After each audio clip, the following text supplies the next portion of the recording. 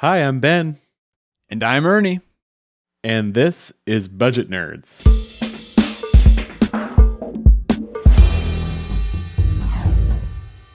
What was all in your mind?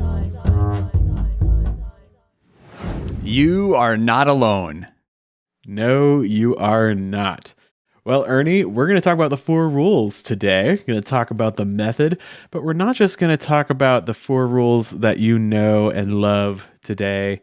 We're going to take a little trip down memory lane, and we're going to talk about all the many iterations of the four rules Ooh. since 2004 when YNAB was first launched. The four rules. I think a lot of people think that the rules are kind of, they're sent down from on high. They're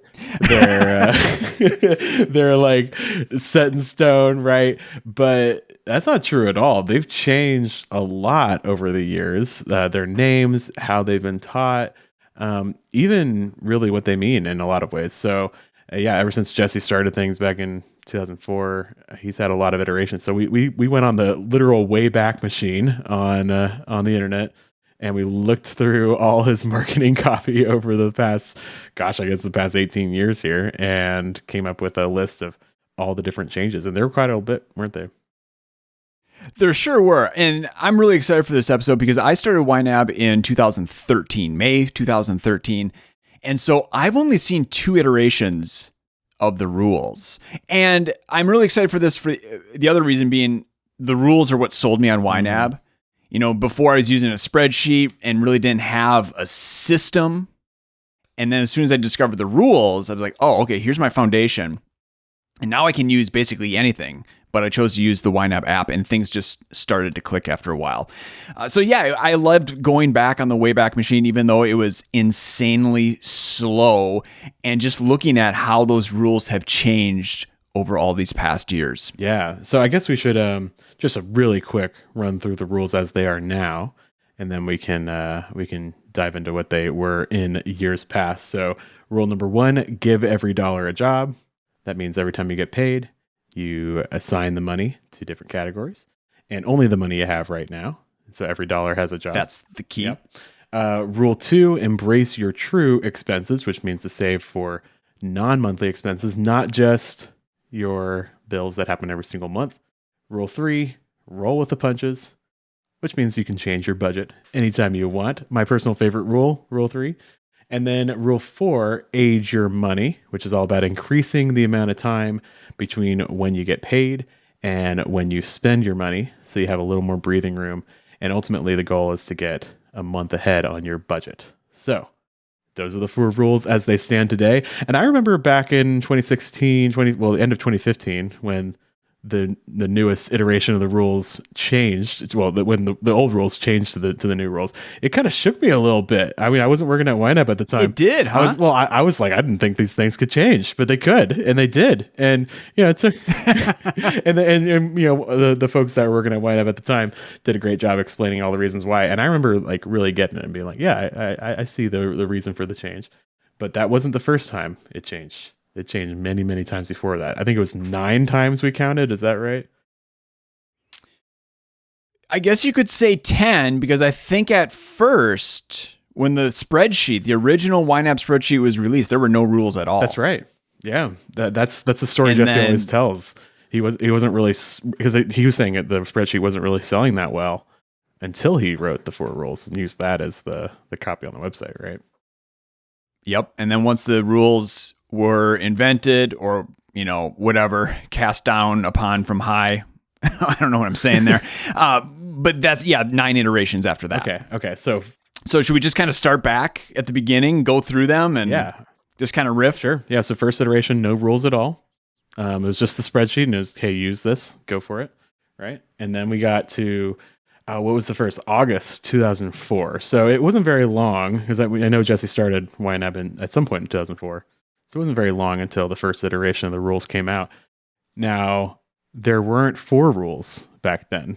According to the Wayback Machine, there were only 3, right?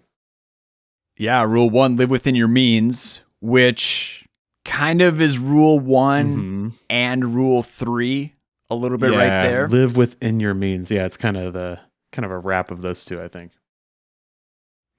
Rule 2, spend after you earn. I kind of like this. It's like opinionated. This is rule 4. This is age your money, where you don't spend the money until after you get it, and specifically a month after you get it, right? That's kind of the idea. Yep. Well, and the other interesting thing here is he wrote on the website that you have to save at least a half of your month's income before you can even start using YNAB. This just seems like marketing suicide, Jesse. You're like, I have this really great product. You got to buy this, but first, before you use it, and actually in other iterations of the website, he even said that you have to save. He said you absolutely must save a month of your income. So then the first iteration, I think he said 2 weeks. He upped the ante even, later on. I wrote that down. And so I'm wondering how this worked, where he was just like, you're sold on this product, but don't buy it right now. Go and save a month of your income and then come back. Because I think the way he had done the spreadsheet, it didn't even work. Like it didn't physically work at all unless you had already saved a month of your income. So that was really interesting. And he had, I would have been out right away. Like, nope, there is no way I can do that. I've got all this debt. I'm living off a very small salary. My wife is part-time. Right. We'll find something else. Yeah. And I think he had some tools. I think there was like a separate spreadsheet called like a YNAB primer, I think is what it was called. And I remember Erin telling me about this because she actually did take up the call to save up month's income for using it.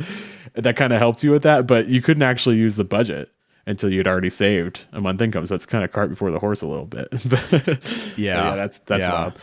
So what was the third rule? Save for a rainy day. So that's rule 2, embrace your true expenses. And that one actually stuck around for some kind of iteration of save for a rainy day. That idea of a rainy day was kind of stuck around for quite a while. So yes. Yeah. So we got rules 1 and 3 kind of wrapped up in live within your means. And then we got rule 4 in spend after you earn. And then rule 2 solidly there in save for a rainy day. So cool. Which I don't love as much because it makes me think of just an emergency fund, save for a rainy day, not save specifically for all these non-monthly things. So I think that's probably why they changed it back then. But all right, well, let's move on. So we went through the Wayback Machine and got to April 2005. So a little under a year later. And that's when we had 4 rules. So let's talk about the first one. These ones, I don't know. I think they're really hokey and I love it. The first one, and Jesse would say that too. So I'm not making fun of him. He said, rule number 1 is it's all about timing, which isn't really like a rule. It's kind of a statement. It's not really a command, but that was today's rule 4. That was, and also I find it interesting that rule 4 was first back then, right? In both these first iterations, rule 4 was the first rule. Get that month ahead, and then you can start. Actually, no, the first iteration, it was the second rule. But I think this is like this is when he started like putting these rules forward a little more, because I think at first it was kind of buried in the website a little bit. So the big first iteration was like the first iteration where he was really putting out there a lot was rule 4 was first. Which makes sense because you had to save a month's income before you could even start. So anyways, it's all about timing. That's what the rule was. Which makes sense because it is kind of, rule 4 is a lot about timing, right? True. Very true. But I think at first glance, if I'm trying to find a budgeting app, right, that's going to change my life, I'm quickly reading through some of the copy. I don't know if that's going to stop me in my tracks, right, and catch my eye. But I don't know. Jesse's a good writer. I'm sure I would have been hooked somewhere on his website early on, and maybe I would have just read everything then, right? Like go through every single web page that he wrote. I mean, you go back to the Wayback Machine yourself, and you'll see this Web 2.0 website that's it's the best. Anyways, just going through the stock images that Jesse chose. Yeah, you got to go through. We will put some on the screen too. It's fun. Rule number 2 back in 2005 was operate zero based, which is very accounting. Jesse is coming out here, I think, right? Yeah, and this is today's rule 1, right? you're just going to be budgeting the money that you have. I think we could get today. We'd probably be even a little bit more specific, right? We would say cash based, zero based, Right. right? Just letting people know like, okay, you're not going to be projecting income and getting zero based from that. It's just starting with the money that you have. Yeah. Zero based. All right. So then rule 3 was rule 2, right, Ernie? And what was the name? Because there wasn't a super clear heading on the website. There was no name. Yeah, I think there was a bolded section that said "prepare for rain" or something like that, but it wasn't like a super clear name kind of a thing. It was no. I found myself just reading this paragraph. Sometimes we don't know it'll rain, but a lot of times we can see it coming. YNAB will help you remember to bring your umbrella. This is your rule number 3. Okay, yeah. So there wasn't really a name, but it was something about rain, clouds, analogy kind of thing. Get ready for the rain that's coming, kind of an idea. So, yep. Now, and then you go ahead, Ernie. Okay, so here's where there's a change. What was it before? Let's see. Before. Oh no, this was just basically an introduction. Oh yeah. Of Rule 3 mm-hmm. of the current Rule 3. Mistakes happen. Pay yourself back. Yeah. And this is interesting because Jesse has talked about this quite a bit internally. I'm not sure how much is actually, I think on the Beginning Balance podcast, he talked about this a little bit, where the first iteration of Rule 3 was really about how the software functions. Because back then, as it does now, if you overspend and you don't cover it in the current month, YNAB kind of forces you to cover it by taking it out of ready to assign at the top. And Jesse's original spreadsheet did that, where basically if you overspent, you'd kind of be forced to pay yourself back. And so the way he sold Rule 3 on the website was, hey, the software is going to do this, and this is a function of the software, right? But it wasn't really about moving money within the current month. It was kind of just like, hey, when the next month starts, shore yourself up and move on, right? So yeah. I think the seeds of Rule 3 were in there, where it was like, hey, it's okay. Like he says, mistakes happen. It's kind of like getting rid of the guilt there and helping you move on. But it wasn't quite as effective as it is now, where it's like, actually, you can fix it right now, immediately. And also, you can change your budget anytime you want, right? Because it's more about a software function rather than a behavior. And I think it stayed that way for about 10 years, right? It wasn't until the new YNAB release, where we kind of put that control back into the YNABers' hands, right? Like, I remember in YNAB 4, you can change your budget. Like, I would do that. Like, I would actually go and change the budget in the month, and I think that was taught. But there wasn't like a function. There wasn't a move money function in the software.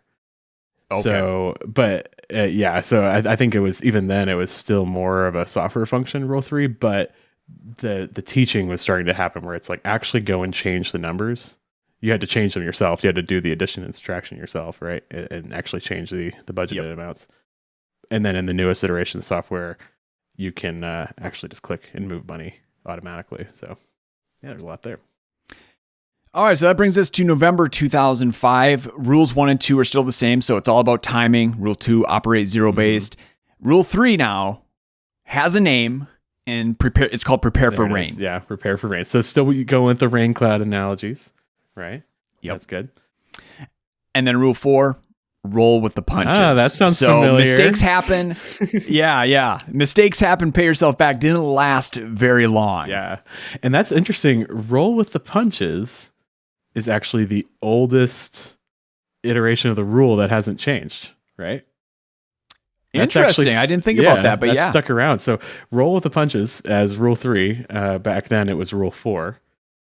Has stayed the same for 17 years. It hasn't changed. At least the name of it hasn't changed. Wow. So now, back then when I was looking at this at the website, it still was about the software kind of forcing you to cover the money in the next month. It wasn't so much about covering money in the current month, but the analogy was there about rolling with the punches, like a kind of a sports analogy there. So yeah, I love it. All right, December 2005. This is a big one. It's all about timing. It's a big one. So that stayed the same, right? That's Rule 1. Rule 2, give every dollar a job. There it is. give every dollar a job, which has not changed at all either. So for a long time. I think if I had to guess, I would have said that give every dollar a job is the oldest rule. Definitely. Yeah. But I would. It's roll with the punches. It's the basic, right? It's the one that that kind of everything flows out of it, right? And it's give every dollar job is a lot better than operate zero based. Right. So I love that. What I like about it is it puts you in the driver's seat, like you are directing your dollars, right? Which is cool. So yeah, there it is. But that was rule 2. It was not rule 1 back then. So still the focus is getting out of the paycheck to paycheck cycle first, right? Being that month ahead.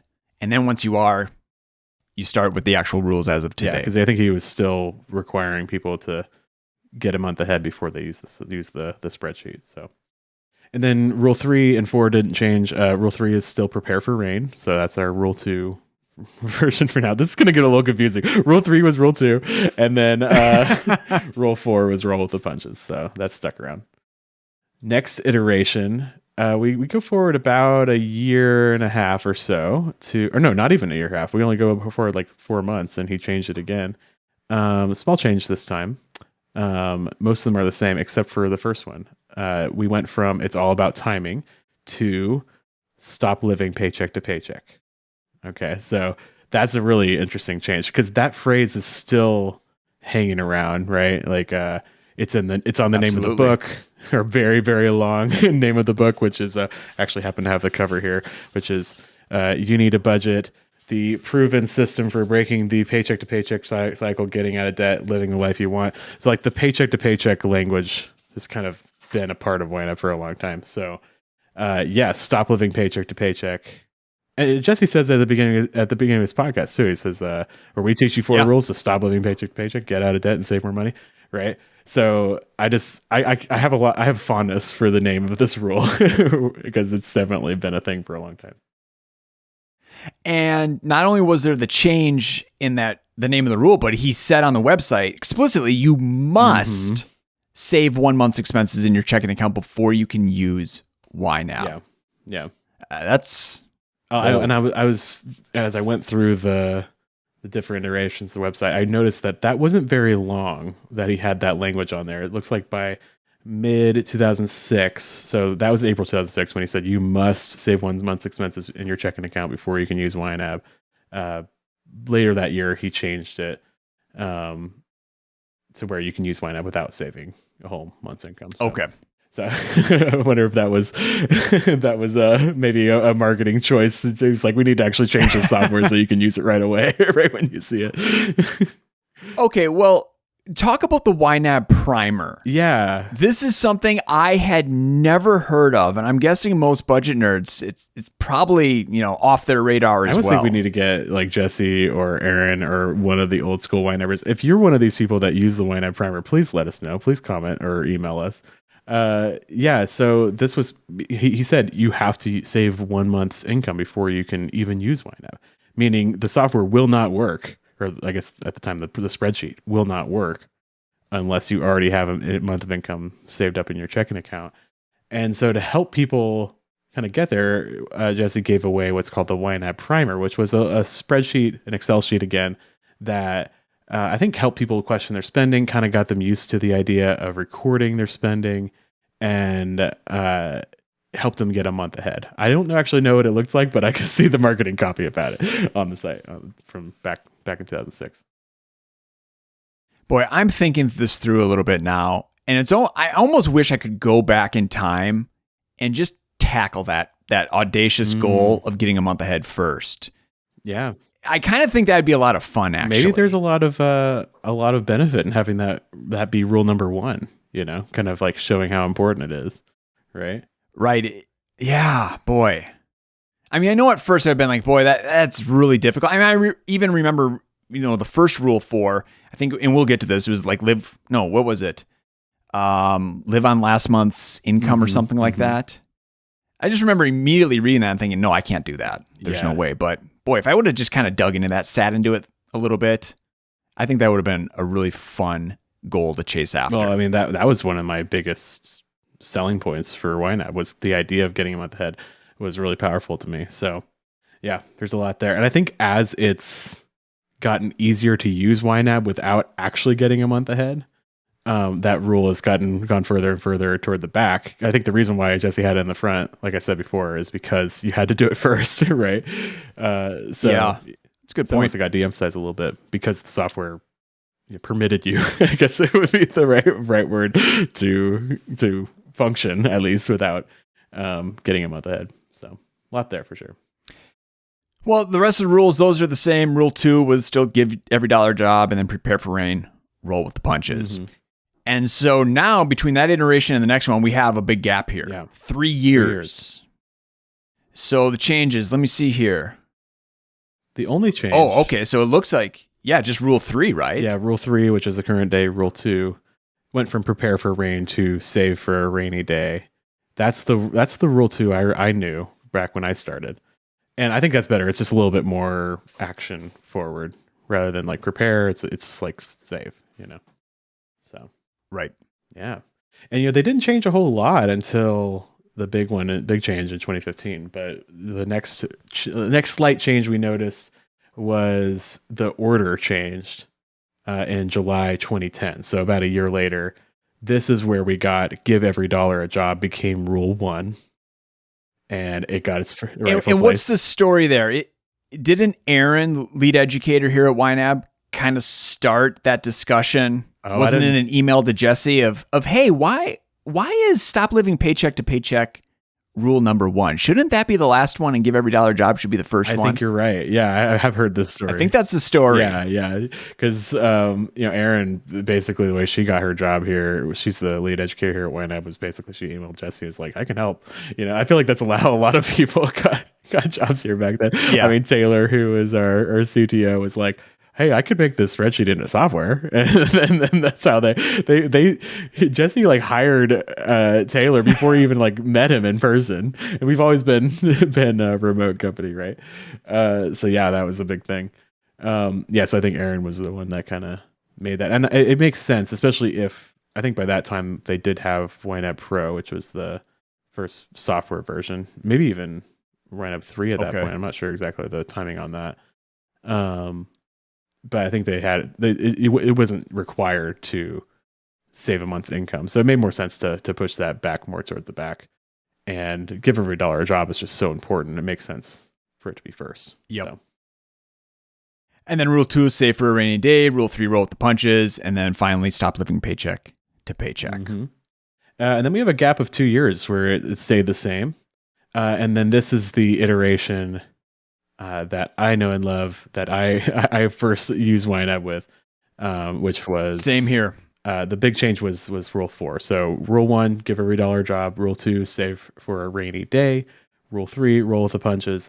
And then rule 4, which is the current rule 4, was live on last month's income. And that's what it was when I joined YNAB, and that was really motivating for me back then. So which of the rules, you said rule 3 is your favorite. Yeah. And rule 4 was motivating when you joined YNAB. So what was it that your favorite rule when you joined? Oh, good question. Was it roll with the punches, or when I joined, did you learn to love rule 3? I think I learned to love rule 3 because I think I still had a hard time changing my budget. I still felt guilty about it for a while. I think especially as I've been teaching and I've been talking to people, I think rule 3 has become my favorite more lately. Lately, I mean like the past 6 years, because it frees people, it really does. And I think it makes a budget work. It makes it so you can actually use it without quitting, So yeah, I think it's kind of grown on me and become my favorite rule. But probably back then, rule 4, well, also rule 2 was really powerful for me too. But I think rule 4 was my favorite because once I accomplished that, once I got a month ahead, it was just, I could never go back. It was kind of what locked me in and kept me with YNAB, I think, because going back to old style budgeting, where you budgeted your expected income, and also you weren't getting a month ahead, so you're never really sure. You can never really know for sure exactly. You couldn't really follow your budget. I could never go back. I'd be a bundle of nerves if I did. So. Yeah, when I joined in 2013, it was rule 2, save for a rainy day. Once I started doing that, I was like, oh my goodness, this system is magical. Because up until that point, I don't know why, I never even considered saving ahead of time for non-monthly expenses and bills. You know, I knew my water bill was going to arrive every 3 months, but I didn't do anything about it until the actual month that it was due. And so then I'd have to scramble to come up with the money. And I think, you know, my water bill back then was probably only $100 or so every 3 months, but still $100 back then, just out of college, that was a lot of money. And I remember feeling that pinch of, okay, taking $100 and now that's going to mean a lot of sacrifices for the rest of the month. Christmas, that was always paid for with next year's tax return. Always had to put, car repairs on the credit card. So it was really stressful anytime I had a big expense because I just wasn't planning for them. But then once I started saving for them and having the money when the bill arrived, that just felt so amazing. And I started having money in my checking account at the end of the month. Right. Which was just a really weird feeling because usually, you know, you're just running on fumes. At least I was always bringing that balance right down to as close to zero as I could, or doing a ton of transfers from savings into checking just to get by till that next paycheck. Kind of thing. So yeah, having money at the end of the month, that was fun. That made budgeting really fun for me. Yeah. You know, as I was talking through it just a second ago, I feel like I touched on all the rules because I said, oh, well, you know, being able to look at the budget and know that I actually had that money in that category, that was really powerful for me. That's rule 1, right? And then I was like, in getting a month ahead and having that piece. So I think it was a kind of a whole package for me, but I do remember, I think what it was having a clear goal of getting a month ahead was really powerful for me. Like right away, I had something to work on. So that was empowering for me for sure. Well, there's one last iteration, and that brings us to the rules as they are today. Yes. So that happened December 2015. That was when we transitioned from, you know, YNAB 4, the downloadable software, to the web-based version that we all know and love today. So give every dollar a job, embrace your true expenses, roll with the punches, and then age your money. So there were 2 changes. Yeah, 2 changes: the embrace your true expenses and the age your money. Yeah, and the order was still the same. And I remember the age your money one was a big change, and I think it really helped a lot because like live on last month's income didn't work super well because people have variable income. It didn't really make sense because like what is last month's income? It could be anything, right? And there was just a lot of problems with it. I still don't think we have it quite right. We have to. Yeah, we have some issues with Rule 4. I think we can explain it a little bit better. Maybe bring back a little bit more actionable. I don't know. Can we live on last month's income, but not quite that? I don't know. We've been talking about it. So, anyways, we've been talking about this for like since it came out, pretty much, right? For like 6 years, we've been talking about it. So, all that to say, you know, rules could change again. Are we on the longest iteration of the rules right now? I think we are. What are we, almost approaching 7 years since the change? Yeah, I think so. Definitely. Yeah. So it's I don't know. It's been a while. So yeah, my problem with the current Rule 4, I mean, I love the concept, but it takes me, I feel like, and I'm not a person of many words, but it takes me a really long time to explain that. There's just not this nice, concise elevator pitch for Rule 4. And then when you start talking about the metric, oh boy, like pull up a chair, you know? It's true. Yeah, it's a lot. As teachers, I think we got beef with it because it's a lot to explain. We start pulling out like grain silo analogies and cereal dispensers. I mean, and it's same thing with true expenses. I mean, we actually changed that recently in the default category groups in the app. We changed it to non-monthly, right? And people get it right away. So I think there's a little bit too much obscurity in the rules. Maybe we can make it a little more clear, make it a little easier to teach. But I don't know. We'll see. Maybe that'll be for another day. But yeah, it's been a good long while. We've kicked the tires on these rules. And I don't think the rules will change, but maybe the names will change. Maybe how we teach it will change. We'll see. Maybe. Yeah, and I think that's what I really appreciate looking back through all of this history is Jesse was definitely onto something when he launched those 3 rules, which became 4, but then just continually to just, all right, chew on those, let them kind of, I don't even know what I'm trying to say here other than like a fine wine. Yeah. Right? Give it some time to work. Give it some time. Right. And eventually you distill it down to, kind of the main principle, and you get the wording right. And I don't know, I just appreciate how he stuck with it. And then we as a team have been sticking with it, trying to make them as universal and as powerful as possible. Because, that is the secret sauce when it comes to, managing your money in YNAB. I mean, the software is fantastic, but the foundation, the system, it's those 4 rules. Yeah. And the principles are there all throughout. They don't really change. It's just how you explain it and how you teach it that have changed a little bit. I mean, it's funny. I think Rule 3 has probably changed the most in principle. You know what I'm saying? Because a lot of Rule 4 was kind of always there, like live on last month's income. That idea was kind of there throughout. Rule 1 was kind of there throughout. But Rule 3 changed a lot. It kind of went from a software function, like, hey, the software is going to take care of your overspending, to you take care of your overspending by covering it. And then even further, hey, you don't have to wait till you overspend. You can change your budget before you spend too. So I feel like that principle, the Rule 3 in principle, has actually changed quite a bit. The rest are just kind of I remember how we teach it. This was before I was hired, but I remember all the marketing copy came out with the new YNAB. They were talking about how Rule 3 is actually a rule. Yeah, I remember really liking that. Yeah, that really sold me. I liked it. I was like, Rule 3, yeah, that makes sense. Yeah. Yeah, because because YNAB 4 software kind of had some ways that you could kind of ride that overspending forever and not really deal with it if you didn't want to.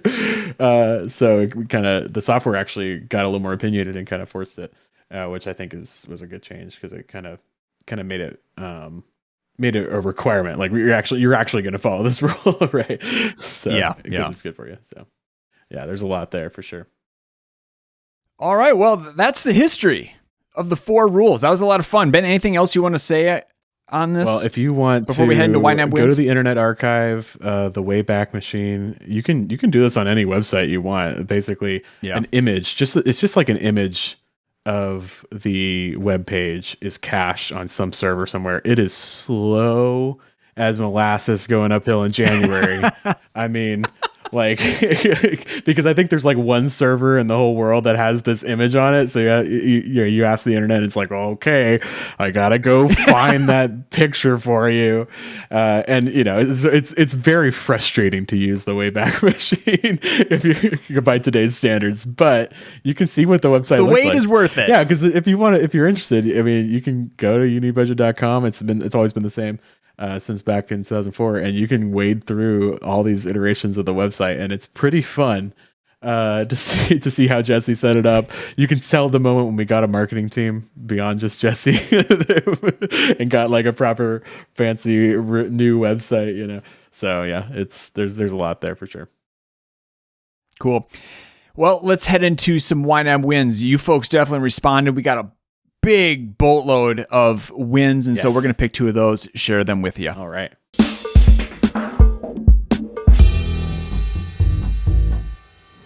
Who's all in your mind? All right, so I have Laura's YNAB win. Laura wrote into our email, budgetnerds@youneedabudget.com. And Laura said, we recently had a medical emergency where my husband ended up being hospitalized. So sorry to hear that, Laura. He spent 5 days in intensive care. Oh my gosh. He had just changed jobs, so we were paying hefty COBRA premiums to keep his old insurance going until his new benefits kicked in. Sounds like just a perfect storm right there. We were close to being 3 months ahead in our budget, so we were able to roll with the numerous medical bill punches. 5 years ago, before YNAB, this would have devastated us.